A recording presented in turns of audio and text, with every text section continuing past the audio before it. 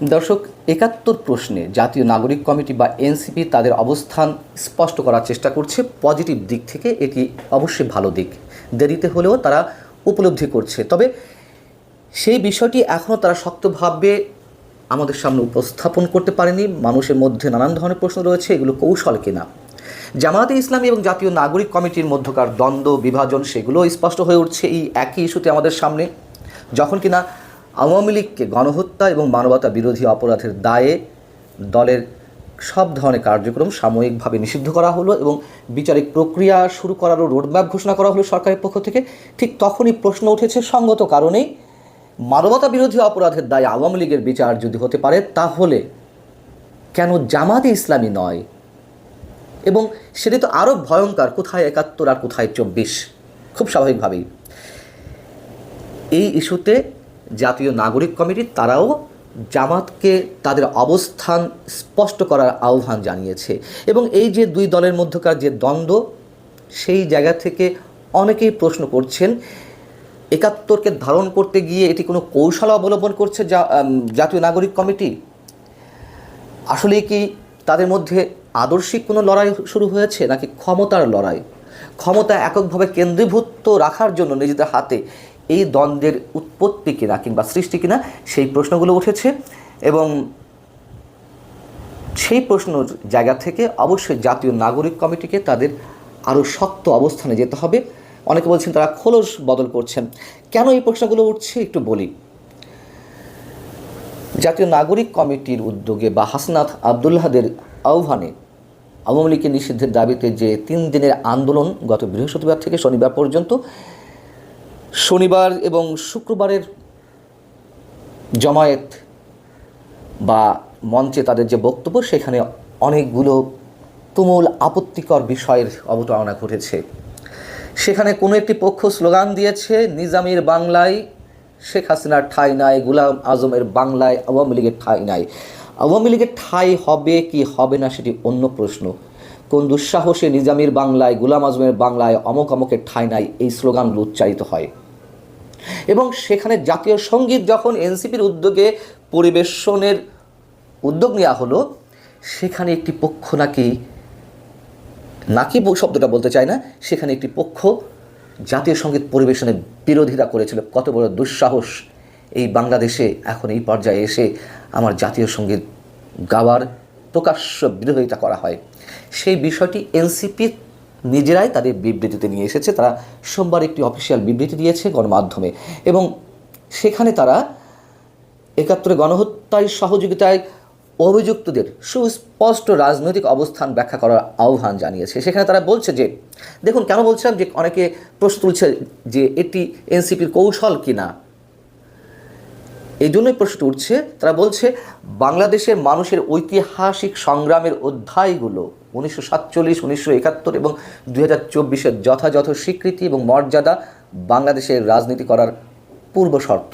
প্রথম কথা হচ্ছে, আবারও সেই ৭১-এর সঙ্গে ২৪-এর একটা সমান্তরাল তুলনা অথবা পাশাপাশি অবস্থানে একটা দ্রবিসন্ধি বলি কিংবা ধৃষ্টতা, যেটি বলি না কেন, আপনি ৭১-এর সম্মান করবেন, কেন বারবার সেখানে ২৪কে আনতে হবে? ২৪কে তো আমরাও অসম্মান করি না, কিন্তু যা শুরু হয়েছে সেখানে অসম্মান করতে কাউকে কাউকে বাধ্য করা হচ্ছে।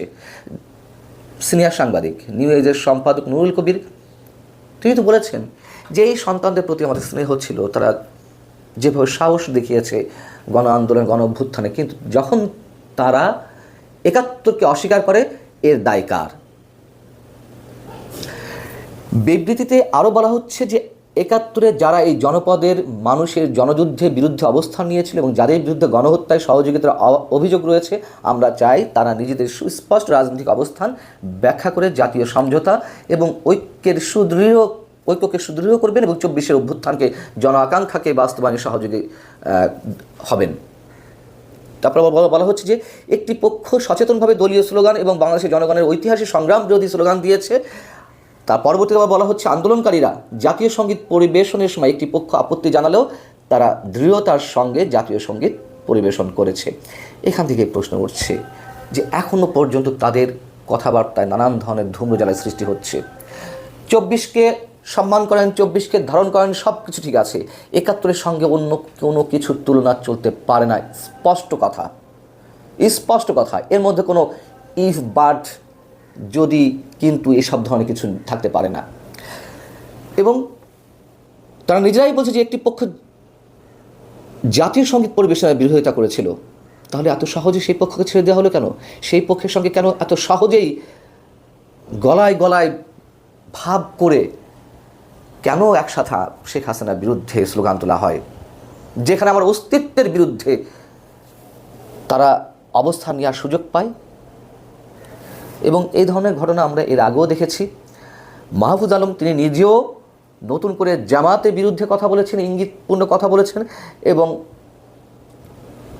মুক্তিযুদ্ধের ইস্যুতে কথা বলেছেন। বেশ ভালো কথা, আমরা এগুলো পজিটিভলি নিতে চাই। যেমন তথ্য উপদেষ্টা মাহফুজ আলম গত দুদিন আগে তার ফেসবুক স্ট্যাটাসে লিখেছেন, 71-এর প্রশ্ন মীমাংসা করতেই হবে, যুদ্ধাপরাধের সহযোগীদের ক্ষমা চাইতে হবে, বাংলাদেশে রাজনীতি করতে হলে পাকিস্তান পন্থা বাদ দিতে হবে, পাকিস্তান এদেশে গণহত্যা চালিয়েছে, পাকিস্তান অফিসিয়ালি ক্ষমা চাইলেও তদুপরি আবারও ক্ষমা চাইতে রাজি হলেও যুদ্ধাপরাধের সহযোগীরা এখনও ক্ষমা চায়নি। বিষয়টা হচ্ছে যে পাকিস্তান আনুষ্ঠানিকভাবে কি ক্ষমা চেয়েছে? চায়নি তো। এখানে বিভ্রান্তি সৃষ্টি করা হচ্ছে। আবার বলা হচ্ছে এদেশে যারা রাজনীতি করছে পাকিস্তানের পক্ষ নিয়ে বা 71-এর সহযোগীর ভূমিকায় ছিল গণহত্যার, তাদেরকে অবস্থান স্পষ্ট করতে হবে। বেশ ভালো কথা। এর আগে আবার একটি স্ট্যাটাসে মাহফুজ আলম কী বলেছিলেন? গত 13ই মার্চ মাহফুজ আলম আবার তিনি নিজেই লিখছেন তার ফেসবুকে যে জামাত যুদ্ধাপরাধের সহযোগী ছিল, কিন্তু নাহিদ ইসলাম যেভাবে বলেছেন এই অভ্যুত্থানের মাধ্যমে, অর্থাৎ 24-এর গণ অভ্যুত্থানের মাধ্যমে তারা কাফফারা দিয়েছেন, মানে তাদের যত পাপ তাপ ছিল সব কাটা গেছে। আমিও বলেছি জামাতে যারা বাংলাদেশপন্থী তারা এদেশে রাজনীতি করার অধিকার রাখেন। জামাতের নতুন প্রজন্মের অল্প কিছু ব্যতিক্রম বাদে কেউ পাকিস্তানপন্থী নন। তাহলে কি আমরা কি ধরে নেব? তথ্য উপদেষ্টা মাহফুজ আলমের বক্তব্যটি আমরা পজিটিভলি নিতে চাই, নিতে পারলে খুশি হতাম। কিন্তু এই যে মার্চ থেকে মে 2 মাসের ব্যবধান, তার মধ্যে তিনি কথা বলছেন আগের থেকে একটু সুসংহত পর্যায়ে থেকে, কিন্তু তারপরেও বিভ্রান্তি রেখে দিচ্ছেন। কেন? কি কারণে? এগুলো কি খোলস বদলের কোনো কৌশল? এগুলো বলে আবার পুরনো খোলসে চলে যাবেন? এবং হাসনাত আবদুল্লাহ বা সার্জিস আলমরা তারা নিয়মিত জামাতের অনুষ্ঠানে গিয়ে জামাতের বন্দনা করছেন। আবার জামাত ইসলামী মাহফুজের পদত্যাগ দাবি করেছে, বা জামাত ইসলামী কোনো পর্যায়ে থেকে কোনো নেতা তাকে একেবারে ধুয়ে দেওয়া হচ্ছে, যদি মাহফুজ আলম কথা উইথড্র না করে তাহলে তাদের সমর্থন মাহফুজ আলমের উপর থেকে তারা তুলে নেবে। নানান ধরনের আক্রমণের শিকার হচ্ছেন। আবারও বলি, তারা নিশ্চিতভাবে উপলব্ধি করেছেন এই দেশে মুক্তিযুদ্ধের চেতনার বাইরে গিয়ে এদেশে 71-কে ছোট করে কিংবা অস্বীকার করে কোনো রাজনীতি চলতে পারে না। এদেশের 95% মানুষ, হাতে গোনা 2-4-5% মানুষ এগুলো বাদে আর সবাই মুক্তিযুদ্ধের আদর্শকে দিন শেষে যে আদর্শেরই বিশ্বাসী হোক না কেন রাজনৈতিকভাবে, সবাই মুক্তিযুদ্ধের চেতনাকে লালন করে। মুক্তিযুদ্ধকে যারা অস্বীকার করবেন তাদেরকে একেবারে ছুঁড়ে ফেলা হবে, এ কথা হয়তো তারা বুঝতে পেরেছেন। এই কারণেই মুক্তিযুদ্ধের পক্ষে এখন জয়গান গাওয়ার চেষ্টা করা হচ্ছে ইনিয়ে বিনিয়ে। আমরা ইনিয়ে বিনিয়ে কোনো কথা শুনতে চাই না। এদেশে রাজনীতি করতে হলে তিনি যেই হন না কেন, যেখানেই কানেকশন থাকুক না কেন, মনে প্রাণে সবার উপরে 71-কে স্থান দিতে হবে। এত সহজ না। আমি যত বড়ই ব্যক্তিগতভাবে যত বড় মাপের মানুষ হই না কেন, মানুষের সামনে আমার অবস্থান যত সুউচ্চেই উঠে যাক না কেন, আমি নিজের জন্ম পরিচয়কে অস্বীকার করে নিজেকে অনেক বড় জায়গায় তুলে ধরব, সেটি তার হয় না। এটা হয় না, এটি নিয়তি হতে দেয় না, বাস্তবতা হতে দেয় না, ইতিহাস সাক্ষী দেয় না। অতএব এনসিপি যে কথাগুলো বলছে, মাহফুজ আলমরা যে কথাগুলো বলছেন, আমরা চাই, বিশ্বাস করতে চাই যে তারা মনের তাগিদ থেকে, বিশ্বাসের তাগিদ থেকে এই কথাগুলো বলছেন, এবং সেটি এস্টাবলিশ করতে গেলে তাদেরকে আরও শক্ত অবস্থান নিতে হয় মুক্তিযুদ্ধের পক্ষে। আল্লাহ হাফেজ, ভালো।